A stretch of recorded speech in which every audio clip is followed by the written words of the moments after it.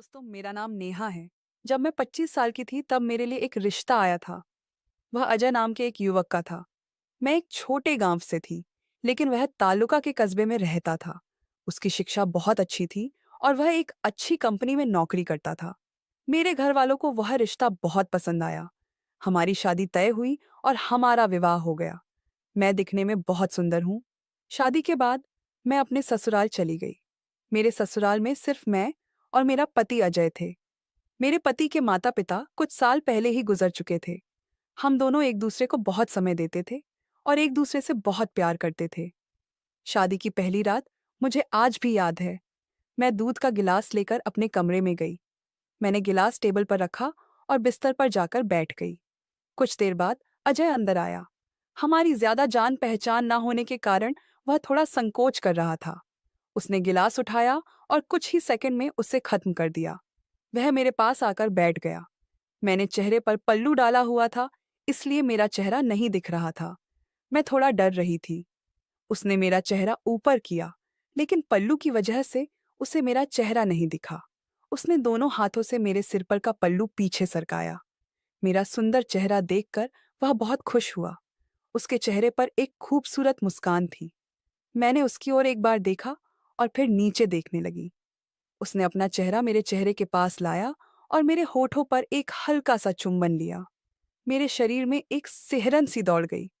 उसने मेरा हाथ अपने हाथ में लिया और कहा, नेहा, क्या तुम डर रही हो? मैं कुछ नहीं बोली। वह काफी देर तक मेरा हाथ पकड़े मुझसे बातें करता रहा। धीरे धीरे हम दोनों बात करने लगे। वह मुझसे मेरे बारे में पूछने लगा।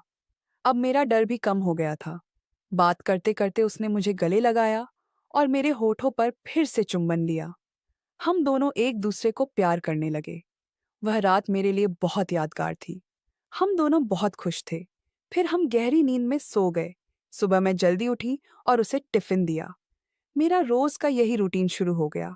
मेरे पति को लगा कि मुझे घर के काम से बहुत परेशानी हो रही है, इसलिए उन्होंने एक नौकर रखा। वह करीब 35 साल का था। उसका नाम रमेश था। वह मेरे पति का अच्छा जानकार था। वह हमारे ही घर में रहता था। वह अविवाहित था। उसे काम का अच्छा अनुभव था। वह खाना बनाना जानता था और मुझे रसोई में मदद करता था।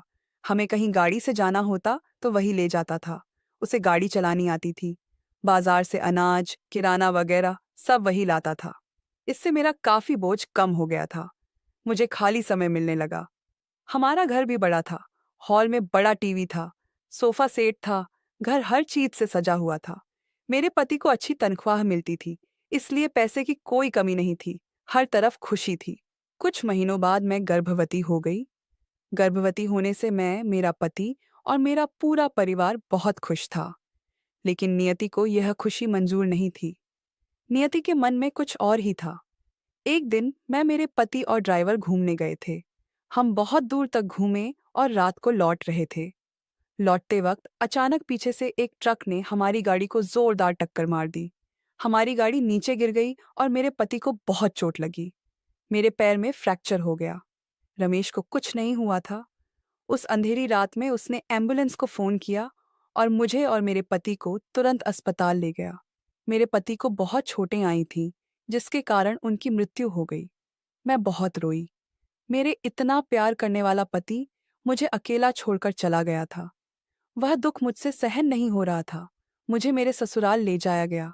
मेरे माता पिता मुझे गांव चलने को कह रहे थे, लेकिन मैं नहीं गई।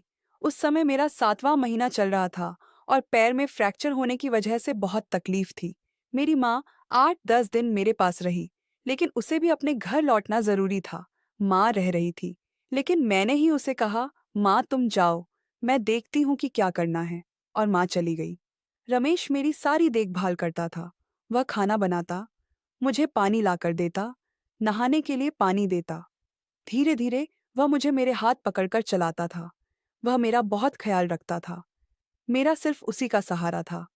वह इतना ईमानदार था कि उसने कभी मेरे साथ बुरा बर्ताव नहीं किया। मेरे घर में पैसे की कोई कमी नहीं थी। वह गाड़ी से मुझे अस्पताल भी ले जाता था। धीरे धीरे मेरा पैर ठीक हो गया। मैं चलने लगी। लेकिन इधर मेरी डिलीवरी की तारीख नजदीक आ रही थी। पैर ठीक होने में 2 महीने लगे। 9 महीने पूरे हुए। मैंने माँ को फोन करके बुलाया। एक रात मेरे पेट में दर्द शुरू हुआ। हमारा नौकर नींद से उठकर तुरंत आया। उसने मुझे गाड़ी में बिठाया और अस्पताल ले गया। मेरे साथ मेरी माँ और ड्राइवर दोनों थे। मेरी डिलीवरी हुई और मैंने एक सुंदर बच्ची को जन्म दिया। वह दिखने में बहुत प्यारी थी। मेरी माँ मुझे फिर से मायके चलने को कह रही थी, लेकिन मेरे घर का माहौल ठीक नहीं था। मेरा भाई मम्मी पापा पर चिल्लाता था और कहता था कि आप लोग मेरे पैसों पर ऐश कर रहे हो। इसलिए मैंने सोचा कि अगर मैं घर जाऊंगी तो मुझे भी भाई की बातें सुननी पड़ेंगी और मम्मी पापा को भी परेशानी होगी। इसलिए मैंने माँ से कहा, माँ मैं यहाँ ठीक हूँ, तुम 1 महीना मेरे पास रहो। माँ मेरे पास रही। वो बच्ची की बहुत देखभाल करती थी, मुझे सब कुछ सिखाती थी। 1 महीने बाद माँ फिर गांव चली गई। अब मैं, मेरा नौकर रमेश और मेरी छोटी बच्ची, हम तीनों ही थे। रमेश हमारी बहुत देखभाल करता था। धीरे धीरे मेरी बेटी बड़ी होने लगी। वह अब रेंगने लगी थी। हमारा नौकर मेरी बेटी की बहुत देखभाल करता था। एक पिता की तरह वह उसे बहुत प्यार करता था। उसने मेरे मुश्किल समय में बहुत मदद की थी। मुझे समझ नहीं आ रहा था कि मैं उसका आभार कैसे व्यक्त करूं। एक दिन हम सब टीवी देख रहे थे। नौकर भी वहीं बैठा था। मैंने उससे कहा, रमेश तेरी उम्र 35 साल हो गई है, फिर तूने अब तक शादी क्यों नहीं की? रमेश चुप हो गया। वह कुछ नहीं बोला। मैंने फिर से पूछा, रमेश मैं क्या कह रही हूँ? तब रमेश बोला, मालकिन क्या बताऊं आपको, मेरे घर की स्थिति बहुत खराब है। मेरे माता पिता नहीं है, रिश्तेदार हैं, लेकिन कोई मेरी परवाह नहीं करता। मेरे पास जमीन नहीं है, सिर्फ एक छोटा सा घर है।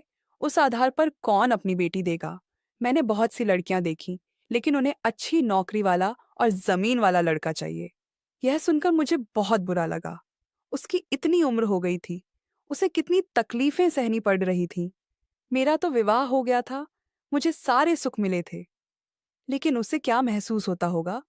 इतने सालों से वह अविवाहित था। एक बार मैं नहाने बाथरूम गई थी। नहाकर मैं तौलिया लपेट कर बाहर आ रही थी। तभी हमारा नौकर रमेश, जो टेरेस पर रहता था, सीढ़ियां उतरकर नीचे आ रहा था। मैं हॉल से अपने कमरे में कपड़े बदलने जा रही थी। अचानक हमारी नजरें मिली। उसने मुझे तौलिया लपेटे हुए देखा और मेरी ओर देखता ही रहा। मैं बहुत शर्मा, सिर नीचे किया और जल्दी से अपने कमरे में चली गई। पहली बार उसने मुझे ऐसी हालत में देखा था। मैं फ्रेश हुई, कपड़े पहने। 10 बजे मैं टेबल पर खाना खाने बैठी, क्योंकि उस समय घर में सिर्फ हम दोनों थे।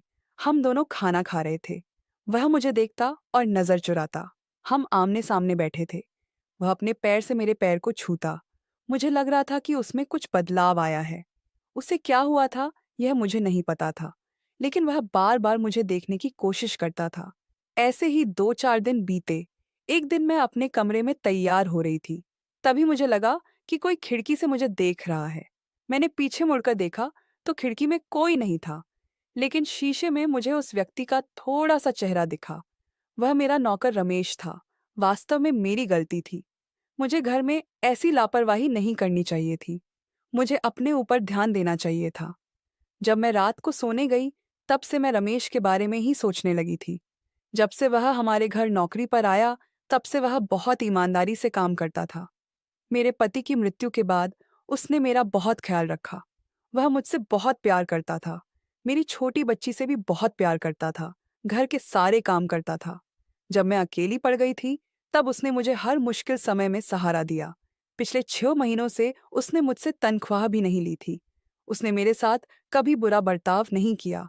मुझे अकेला देखकर उसने कभी कोई गलत हरकत करने की कोशिश नहीं की।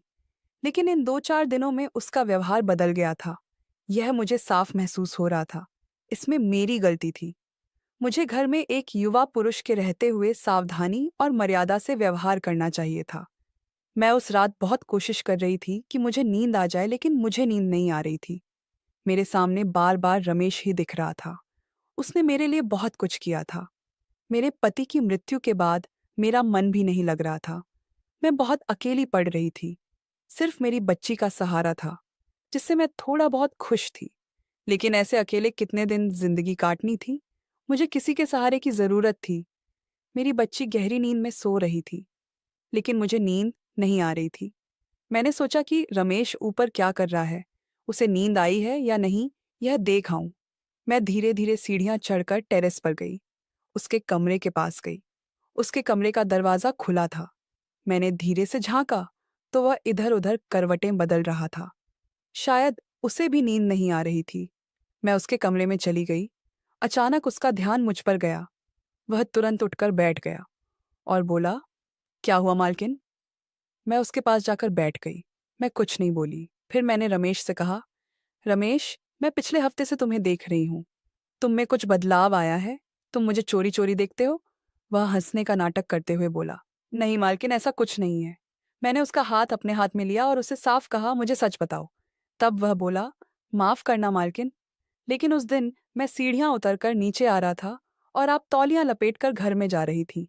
उस समय मेरी नज़र आप पर गई और उसके बाद आप मुझे बहुत अच्छी लगने लगी हैं। वह बोला, मैं कल से काम पर नहीं आऊँगा। मैं आपकी नौकरी छोड़ दूंगा। मेरे से कुछ गलत हो जाए उससे पहले मैं नौकरी छोड़कर चला जाऊंगा। वह इतना ईमानदार था। मुझे यह सुनकर बहुत बुरा लगा। वास्तव में रमेश मुझे भी बहुत अच्छा लगने लगा था। मेरा कोई सहारा नहीं था। मेरे मुश्किल समय में उसी ने मुझे सहारा दिया था। मैं रमेश का हाथ सहलाने लगी। मैंने अपना सिर रमेश की छाती पर रख दिया। रमेश समझ नहीं पा रहा था कि क्या करे।